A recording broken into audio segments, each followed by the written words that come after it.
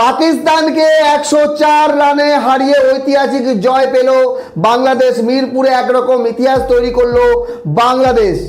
104 রানে এই ম্যাচ মনে হচ্ছিল পাকিস্তান ড্র করবে বা ম্যাচ বের করতে পারে যদি ভালো ব্যাটিং করে, কিন্তু বাধা হয়ে দাঁড়ায় বাংলাদেশের বোলিং। দুর্দান্ত বোলিং করেছে বাংলাদেশের গতির দানব নাহিদ রানা, 5 উইকেট নিয়েছে। তাসকিন আহমেদ 2 উইকেট, তাইজুল ইসলাম 2 উইকেট। তো এই ম্যাচের সেরা হয়েছে ক্যাপ্টেন নাজমুল হোসেন শান্ত। একটুর জন্য শান্তর একই ম্যাচে জোড়া সেঞ্চুরি মিস হয়ে যায়।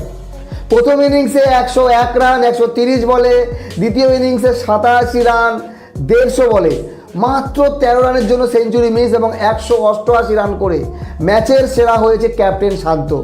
এছাড়া বাংলাদেশের হয়ে ভালো ব্যাটিং করেছে মমিনুল হক। প্রথম ইনিংসে 91 এবং দ্বিতীয় ইনিংসে 56। মমিনুল হককে একটি বাইকও দেওয়া হয়।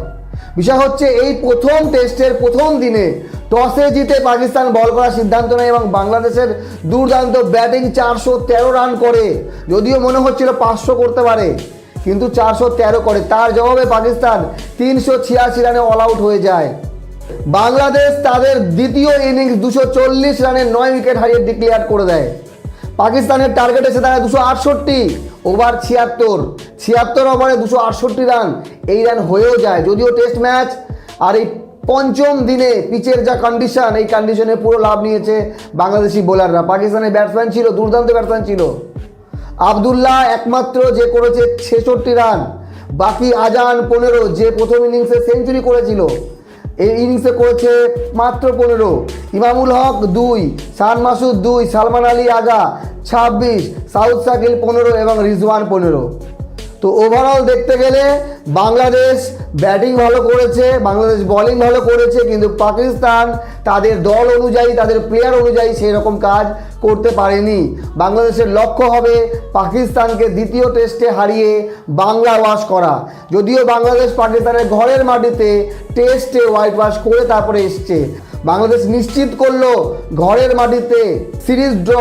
এখান থেকে পাকিস্তান সিরিজ নিয়ে যেতে পারবে না, কিন্তু বাংলাদেশ এখান থেকে পাকিস্তানকে হারিয়ে সিরিজ জিততেও পারে। তো বাংলাদেশের টেনশন মুক্ত হলো। বাকি আপনাদের মতামত জানাবেন। টেস্ট ম্যাচ মিরপুরে এই রকম ব্যাটিং দেখা যায় না, যেখানে 2টো সেঞ্চুরি হয়েছে, বাকিরাও রান করেছে 90, 85, 70 করে। মুশফিকুর রহিম প্রথম ইনিংসে 71, দ্বিতীয়তে 22। তো ব্যাটিং মোটামুটি ভালো হয়েছে, তার সঙ্গে বোলিং মেহেদী হাসান মিরাজ প্রথম ইনিংসে 5 উইকেট এবং নাহিদ রানা দ্বিতীয় ইনিংসে 5 উইকেট। তবে নাহিদ রানা ছিল বেস্ট, ম্যাচ জয়ী 5 উইকেট নাহিদ রানা নিয়েছে। তবে পাকিস্তান যে কি খেললো পাকিস্তান নিজেরাও জানে না। তারা হয়তো ড্রেসিং রুমে এখন চিন্তা করছে আমরা ম্যাচটা হারলাম কিভাবে, মাত্র 163 রানে অল আউট হলাম কিভাবে। কারণ এটা হচ্ছে বাংলাদেশে এটা হচ্ছে মিরপুরের পিচ। ব্যাটিংয়ের জন্য সাহায্য পাক বা না পাক, বোলিংয়ের জন্য সাহায্য পাক বা না পাক, বাংলাদেশ মিরপুরে ভালো খেলে, তা আবার প্রমাণ করলো। ভালো থাকবেন সবাই, ধন্যবাদ।